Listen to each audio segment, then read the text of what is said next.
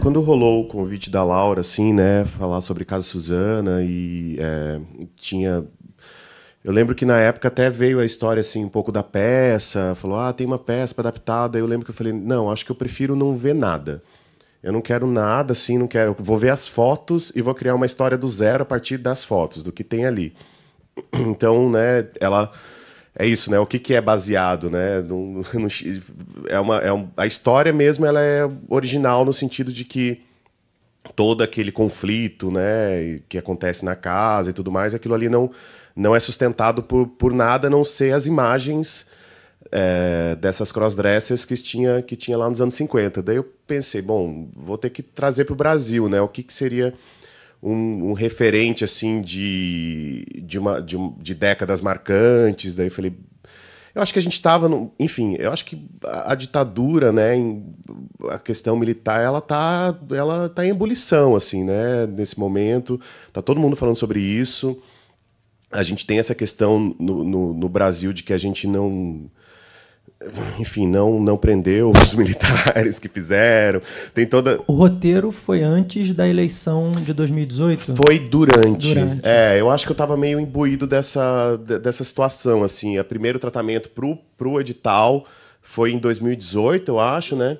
Foi quando eu escrevi o primeiro tratamento ali que eu pensei, bom, vamos falar de ditadura porque a gente está aqui prestes a eleger esse cara aí, né? Então, aquilo ali estava muito latente em mim, assim, falar sobre ditadura. Eu acho que eu já vinha vindo com outros trabalhos que remetiam um pouco a essa história, a gente, enfim, dar uma olhada para o nosso passado para entender por que a gente estava naquele momento ali. Então, quando eu escrevi em 2019, assim mesmo, fechei, não, é isso que vamos falar, assim, teve uma pesquisa, né? Fui lá olhar o que se tinha feito sobre isso e, enfim, vinha do teatro também. Eu venho muito do teatro enfim, atores de teatro, assim, né? E queria ter essas referências. E, enfim, fiz aquela lição de casa, de ler os 4 livros do Gaspari, sabe? Tipo, ver tudo, enfim, ficar ali imerso naquilo, que vem. Daí tinha uma frase que ficava na minha cabeça, que era, na época, falava assim, o vermelho bom só no batom, o vermelho bom só no batom. Daí essas mulheres, crossdressers, né, na verdade, e o vermelho da Isabel. E daí foi construindo e as coisas foram se ajeitando, assim, né? E eu acho que também tem uma coisa importante que a gente tem que falar um pouco sobre modo de produção também, porque esse é um filme feito com um edital muito pequeno, assim, né? Um filme de baixíssimo orçamento. Então existem regras, né? A gente tem atores, a gente tem uma locação só, a gente tem 15 dias para filmar. Como é que vocês... Porque daí não dá para você também escrever assim com toda a liberdade do mundo, né? Você tem que escrever com as regras que estão dadas pelo modo de produção que está ali vigente. Então foi ditadura e o que eu tinha de contexto ali para trabalhar. E as coisas vieram vindo, acontecendo. E daí a minha avó Isabel, eu tenho uma avó Isabel, ela é louca pelo Luiz Melo. E daí, quando eu falei, o Luiz Melo vai fazer, eu falei, bom, vou homenagear a minha avó, tomara que ela nunca assista o filme.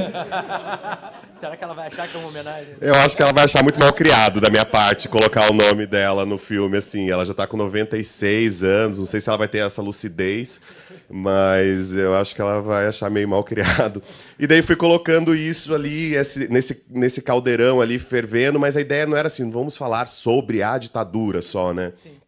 Vamos falar dessas pessoas nesse contexto e o que é essa coisa que se aproxima. Porque em 2019 eu acho que ainda tinha uma coisa de... A gente elegeu, né, um louco, mas ainda as coisas pareciam que ainda estavam se aproximando, né? E tem um momento que o Zeca fala, né?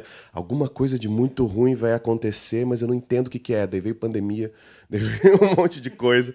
Então acho que é um filme que mais anuncia do que... caracteriza, assim, né?